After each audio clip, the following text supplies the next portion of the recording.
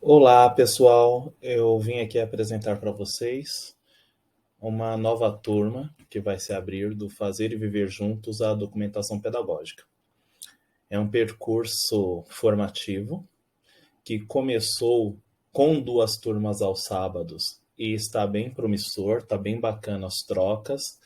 E devido a alguns pedidos de pessoas que no sábado não conseguiriam participar, a gente abriu essa turma na sexta-feira. Vai ser a última turma que a gente vai abrir esse ano, porque é uma formação mais aprofundada, com mais trocas, que a gente não quer que seja feita de atropelamentos, de correria, respeitando esse cotidiano complexo que nós temos, né? E que coloque em evidência a nossa prática, uma prática que vai se construir. Há pessoas que já têm essa prática, outros não têm tanto, e a ideia é essa, da gente trocar e construir juntos essa prática de mais do que fazer documentação, é de viver uma documentação pedagógica, de poder interpretar o que estamos vivendo no cotidiano, de refletir sobre esse cotidiano e de projetar novos passos além, saindo daquele planejamento de caixinhas para uma abordagem dita que é mais projetual, de utilizar essa escuta, as aprendizagens que as crianças já têm construídas para aprofundar, para ampliar essas experiências. Então, assim, é uma turma única que vai se encontrar de modo síncrono, né, pelo Zoom, pela plataforma Zoom, na última sexta-feira de cada mês. Última sexta de abril, maio, junho, agosto e setembro. Das 8 da noite às 9h30 da noite, horário de Brasília. E como que vai funcionar a inscrição? Basta você clicar no link abaixo e fazer a inscrição pelo Simpla. Pelo Simpla, o valor é de R$ 198 por conta das taxas. Lá também é possível pagar por boleto ou parcelar no cartão de crédito, que gera as taxas e juros lá do Simpla. E se você não quiser pagar a taxa do Simpla, você pode também solicitar para fazer via Pix. Aí é só me mandar uma mensagem no WhatsApp, que assim que for realizado a transferência, eu passo para vocês o código promocional e aí vocês vão entrar sem custos para poder fazer a inscrição no Simpla. Grupos de até 5 pessoas, vai sair o valor de R$ 150 cada um, pensando que eu estou falando fora da plataforma Simpla, tá? Porque pela plataforma Simpla tem os custos da própria plataforma. Estou falando aqui tudo, essa parte mais barata, fora dos R$ 198, sem o pagamento no Simpla. Quaisquer dúvidas com relação a pagamento, né, solicitação de outras formas, é só entrar em contato com a gente vê a viabilidade, tá bom? E depois de falar um pouquinho, e qualquer dúvida é só entrar lá pelo WhatsApp. Mas partindo dessa parte mais comercial para uma parte do que espera nesse percurso, eu quero compartilhar aqui com vocês que nós, diferentemente da turma 1 e 2, que é são as primeiras turmas, e a gente estava experimentando caminhos, né? Nessa turma 3, a gente já tem assim uma proposta. Claro que nunca está fechado, é um planejamento em aberto, que o ritmo do grupo, as necessidades do grupo, as dúvidas do grupo, as investigações do grupo vão levar para outras situações. Mas pensamos em 5 módulos, pensando em cada encontro síncrono como um módulo. Então, o primeiro módulo, eu nomeei aqui como planejar, observar e registrar.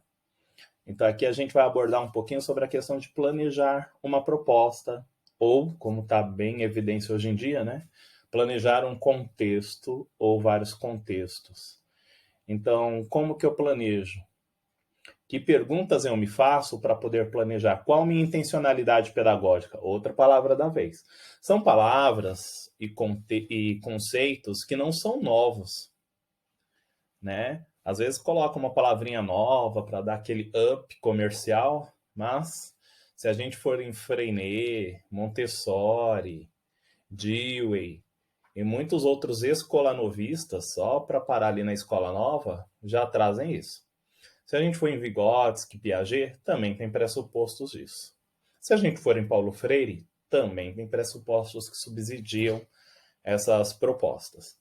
Mas assim, voltando ao módulo 1, então nós vamos exercitar um pouco, né?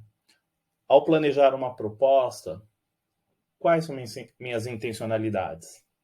Ao observar as crianças em ação, o que eu vou observar? Porque uma coisa é olhar. Está todo mundo fazendo alguma coisa e eu estou olhando. Outra coisa é eu ter um foco para observar. Eu ter dados para recolher. Eu fazer registros para depois poder interpretar e ver coisas que eu não vi enquanto estava observando.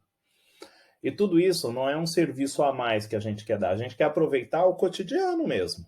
Então, todos nós planejamos propostas para as nossas crianças. Então, vamos nos utilizar delas nesse percurso formativo.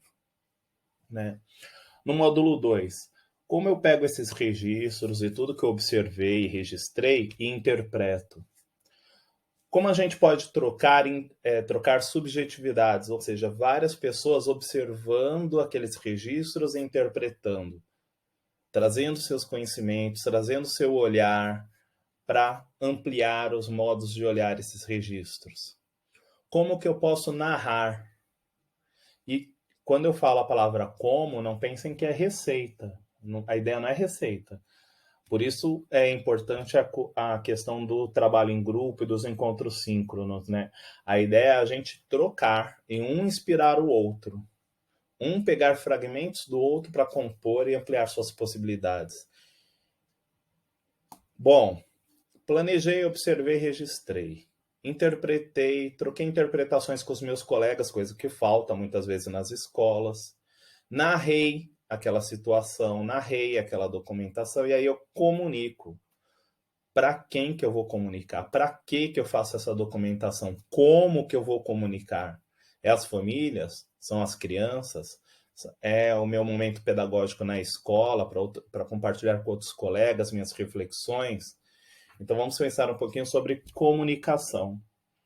E nessa parte a gente vai usar a ferramenta Google Sala de Aula. Eu vou compartilhar alguns tutoriais que podem ajudar, né, com algumas ferramentas tecnológicas que podem ajudar, por exemplo, nessa questão de comunicar a documentação, de fazer alguns formatos como imagem, vídeo, PDF, compartilhar via grupo WhatsApp para chegar na família, imprimir e fazer folders e fazer, como que eu posso dizer,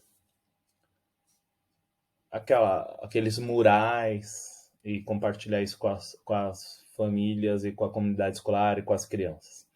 O módulo 4, relançar. Então, visto tudo isso, que eu planejei, observei, registrei, interpretei, narrei, comuniquei, tá, e agora? Para onde que vou?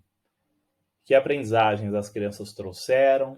De que modo que eu vou ampliar e aprofundar essas aprendizagens, aprofundar essas pesquisas e investigações, aprofundar essas explorações das crianças? De que modo tudo isso ajudou a mim quanto professor? Então, módulo 4, relançar, e o módulo 5, refletir. Módulo 4, relançar, como que isso vai se desdobrar em replanejamentos. Módulo 5, refletir, como essas estratégias que eu utilizei compõem a minha prática. Que concepção de criança que está ali, tá ali documentada, narrada, explicitada. Que perguntas eu ainda tenho? Então, assim, uma pedagogia da pergunta é uma coisa que subsidia muito esse percurso formativo, né? Por mais perguntas e menos respostas. E aí a gente separou didaticamente em 5 módulos para dar uma compreensão melhor. Mas muitas vezes tem módulos que vão estar acontecendo juntos, concomitantemente, como é no cotidiano com as crianças. A gente, por exemplo, não separa campos de experiência, eles acontecem ao mesmo tempo e muita coisa que não dá conta de 6 campos acontecem também. E por que trabalhar em grupo? Aprender junto aos colegas, organizar-se em grupos de estudo, fazer pesquisa na escola é o modo mais adequado de construir novas pedagogias. A pedagogia é uma ciência em aberta que a gente constrói todo dia no chão da escola. Mas para ela ganhar um status, tudo isso que a gente constrói, ganhar um status forte, a gente precisa registrar, documentar e visibilizar isso. Muitas vezes acontece lá na minha porta que eu fechei, e a família nem sabe o que está acontecendo, meus colegas não sabem o que está acontecendo, e muitas vezes desvaloriza o trabalho que eu faço, e às vezes até a gente desvaloriza o trabalho que a gente faz, porque não enxerga o quanto de potência que eles têm. E quando a gente passa a registrar, documentar e utilizar essa documentação como fonte, alimento para ir adiante, para proporcionar novas experiências às crianças e novas reflexões a nós mesmos, a gente consegue perceber assim, o quanto a gente trabalha, o quanto a gente constrói. E trabalhar de maneira solitária é muito ruim. Então, por isso, trabalhar de maneira em grupo. Esse percurso, a força dele é o grupo. Trabalhar em grupo, trabalhar num contexto de cultura de grupo. E que esse contexto consiga chegar lá nos nossos locais também.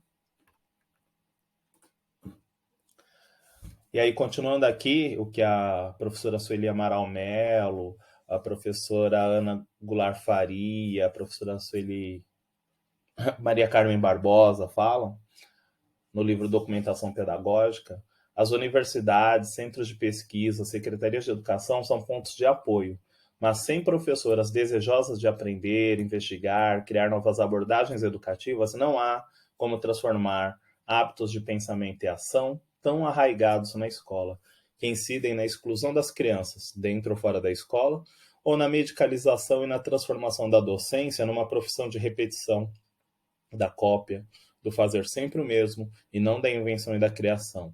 Então, é outra questão fundante. É um grupo, esse que nós estamos montando, que são pessoas desejosas. Ninguém vai abdicar de sexta-feira à noite, de ir para o seu happy hour, de descansar de uma semana estafante, para estudar se realmente não estiver desejosa de aprender e de trocar. Porque ninguém sabe tão pouco que não possa trocar, nem saiba tudo que não possa aprender. Então é nisso que vai se configurar o nosso grupo. Um grupo que acolhe a ideia do outro, que provoca, que traz indagações, que traz posicionamentos, que traz os seus pontos de vista, que traz suas experiências. E desse jeito a gente vai costurando, por uma linha imaterial, uma potente base para respaldar o nosso cotidiano. Não dá. É um grupo desejoso de aprender que sabe que não dá para esperar secretarias de educação, independente da cidade, independente do compromisso com a educação, de promover uma formação que a gente precise. A gente tem que cobrar eles, mas a gente também precisa ir atrás da nossa autoformação, de conhecer outras pessoas, pessoas que não estão ali no nosso mundinho, ali da nossa escola, até da nossa rede, e ampliar essas visões, esses pontos de vista. E por fim, ainda para falar nesse percurso e importância do grupo, viver o grupo como uma oportunidade para promover as próprias competências e descobertas individuais, aprendendo que a singularidade traz benefício e valoriza o encontro e o diálogo. Muitas vezes, na nossa trajetória de trabalho em grupo, a gente pensa assim, em grupo eu tenho que me anular por conta do coletivo. Não. No grupo, o que cada um traz é importantíssimo, é uma ferramenta valiosa para ampliar as possibilidades do grupo como um todo, para um inspirar o outro, né? Para ter diversas inspirações que eu possa utilizar ou não no meu cotidiano e reinventá-la, porque não existe essa questão da cópia. Então a singularidade é importante, traz benefício, valoriza esse encontro, valoriza o diálogo. Então, por isso que é tão importante. A gente fala de 5 encontros síncronos que vão ficar gravados, mas que é importante estar presente. É importante estar participando das conversas, das leituras, das discussões, do compartilhamento das práticas. Uma das coisas que vai começar o nosso percurso, né, é a gente desenhar uma proposta, cada participante com a sua turma, Às vezes nós teremos coordenadores participando e nada melhor do que o Donald Schoen chama de homologia dos processos. O que eu quero que meu professor faça com a minha criança, por que eu não fazer com o meu professor?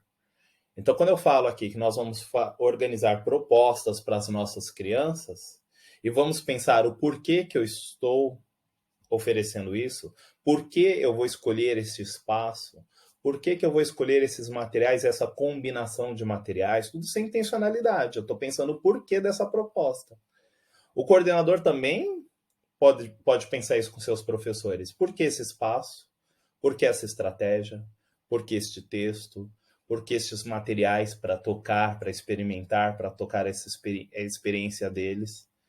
Por que em grupo, individual, em pequenos grupos? Então, essa intencionalidade.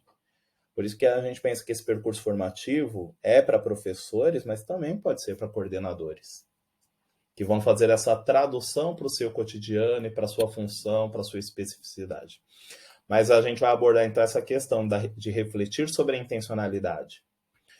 E de ter claro uma coisa, né? Vou trazer aqui o professor Rodrigo Sabala de Carvalho, que num encontro o ano passado, em 2021, ele falou, né, no nosso curso de contextos investigativos, que nós podemos planejar os contextos.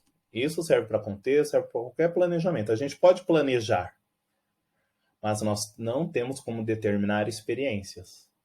Eu posso organizar cones, CDs e organizar uma construção, mas a experiência do uso daquele material é da criança.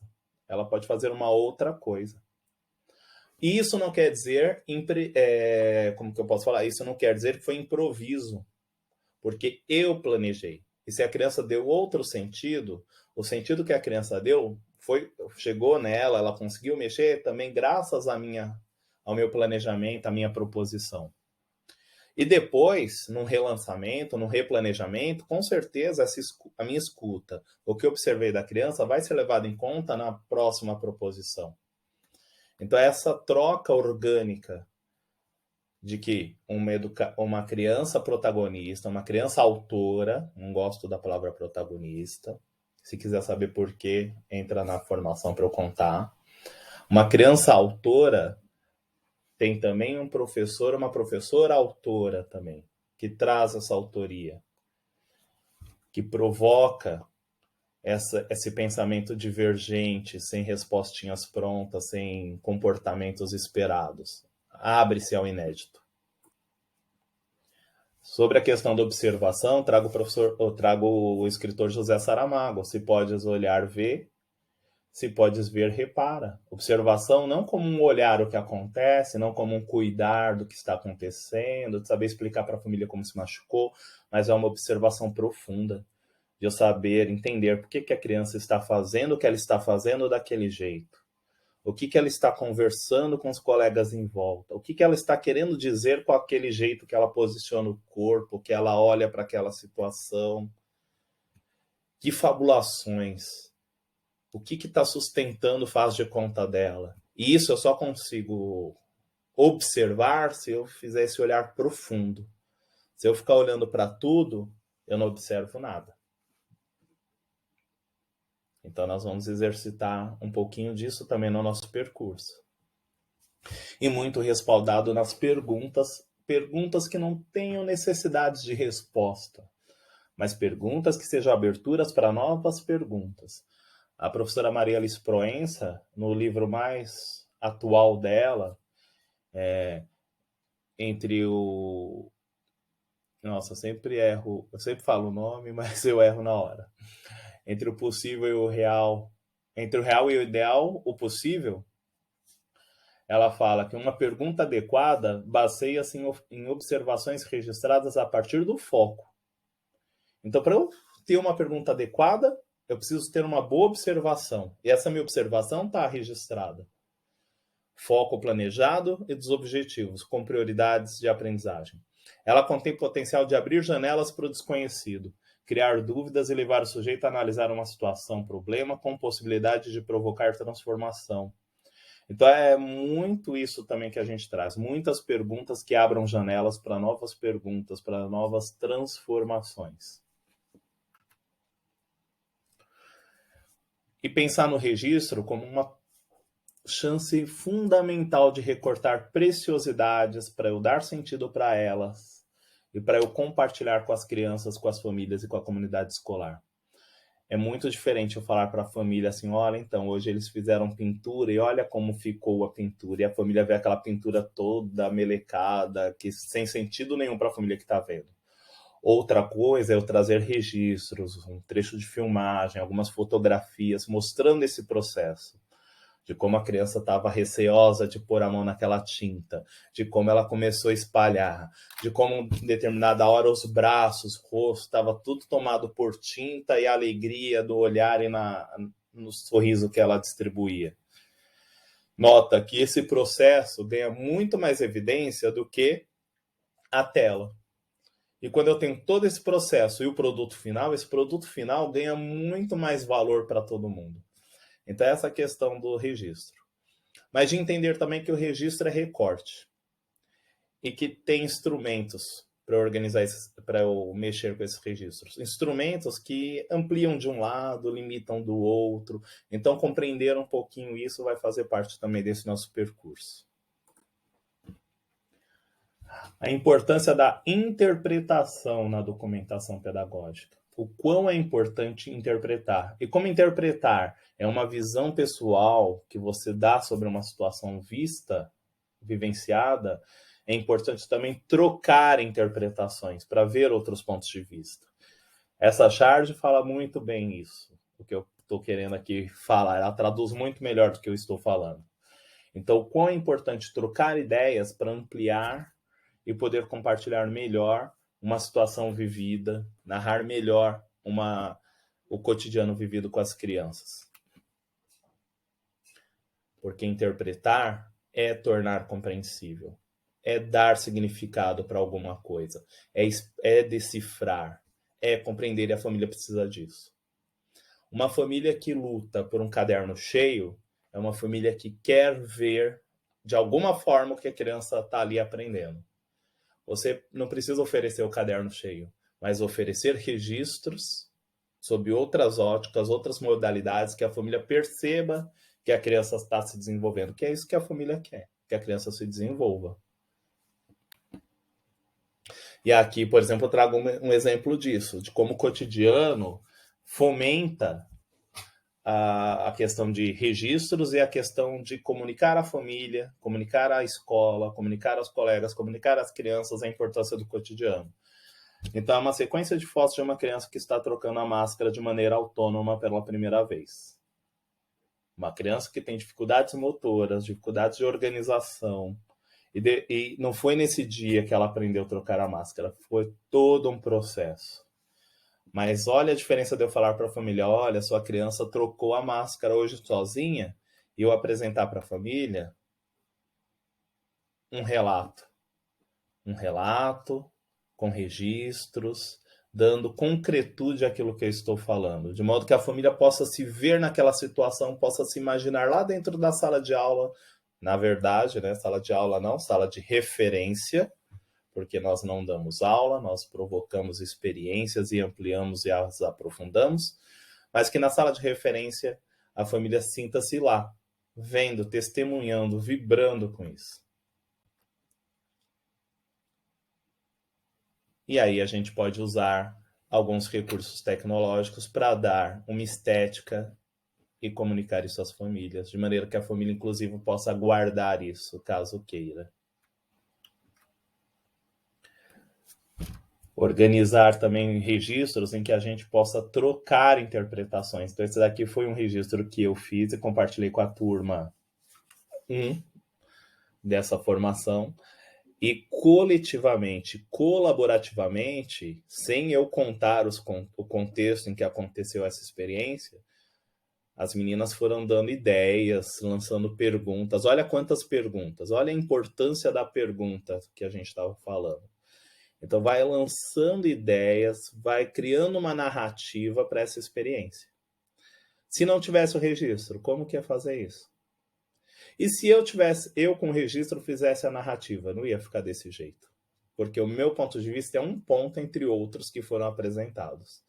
E o ponto de vista das meninas enriqueceu muito as minhas interpretações. E olha como eu pegar tudo isso e pensar que conhecimentos ou conceitos ou aprendizagens que as crianças trouxeram naquela experiência. E olha só, olha a lista. Pensou em mostrar isso para a família e falar, olha, aquela brincadeira que parece que não aprendeu nada, olha quantas coisas ela já trouxe de aprendizagem, olha aqui o que eu vou fazer agora para provocar mais ainda, para ampliar, para aprofundar essas investigações.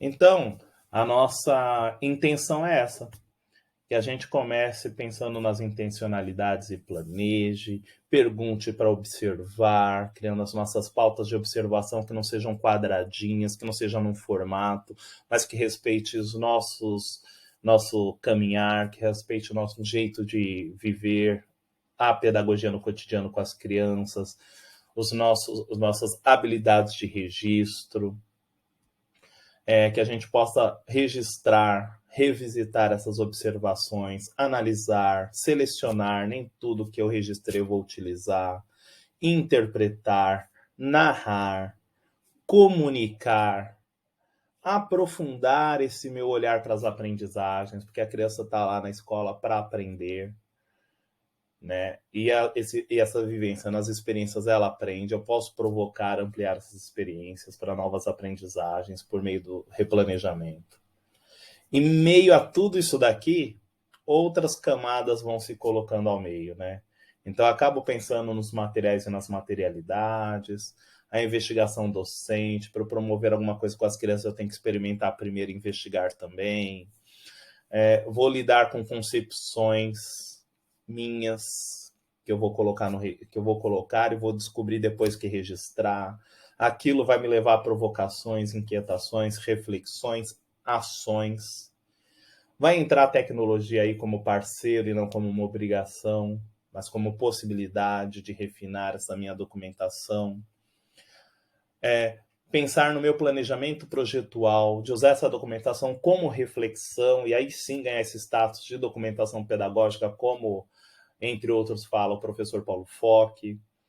Pensar na importância desses grupos de aprendizagem, não só a gente formar grupos, mas provocar esses grupos no nosso cotidiano também. As crianças se agrupam por natureza. Organicamente elas trabalham em grupos para explorar o que você compartilhar. Então, como que eu posso, de maneira intencional, me utilizar disso? Até para resolver um problema muito comum na nossa educação, que é a quantidade de crianças por professor. Então, será que não é bem melhor acompanhar 7 grupos do que 35 crianças? E acompanhar 7 grupos quer dizer que eu vou acompanhar os 7 grupos ao mesmo tempo todos os dias?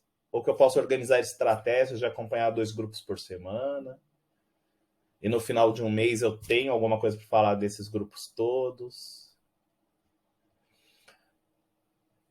E contextos de aprendizagem, contextos investigativos, campos circunscritos, que modo que eu posso organizar a minha sala de referência e outros ambientes fora da sala de referência para apoiar essas investigações em grupo, apoiar esse aprofundamento de saberes das crianças, ampliar as experiências com materiais e as materialidades que as crianças vão construindo a partir dessa transformação que elas causam neles e eles nelas. Gente, é uma formação que, olha, só 5 encontros é pouco. Mas são 5 encontros que vai mexer com a prática. Que vai mexer ali, a gente vai pôr a mão na massa. A gente vai pôr a mão na massa, vai exigir da gente, mas a parte boa, não vai ser um trabalho a mais. Vai ser o trabalho que já acontece na escola e que pode se desdobrar em muitos outros depois. Então, esse é o convite para que vocês se inscrevam logo, porque a gente tem uma quantidade de inscrições, até para não atrapalhar todo esse caminhar, essas trocas, né? É só 1h30 de encontro síncrono, mas vai ter muito material para subsidiar. A gente vai mandar artigos, vamos mandar trechos de livros, vamos mandar algumas propostas de trabalho colaborativo para a gente fazer de maneira assíncrona, que a gente possa trabalhar em grupo mesmo sem estar juntos ao mesmo tempo. pelo Google Sala de Aula.